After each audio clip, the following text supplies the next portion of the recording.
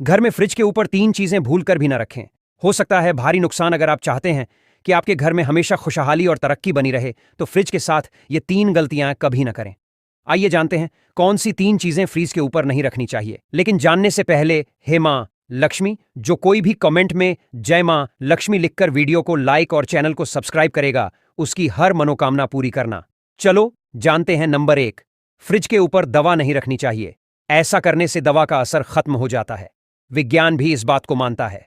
Number 2, घर में शांति और सद्भाव बनाए रखने के लिए फ्रिज को हमेशा पश्चिम दिशा की ओर रखें। नंबर 3, वास्तु के मुताबिक फ्रिज के ऊपर धन और सोना नहीं रखना चाहिए।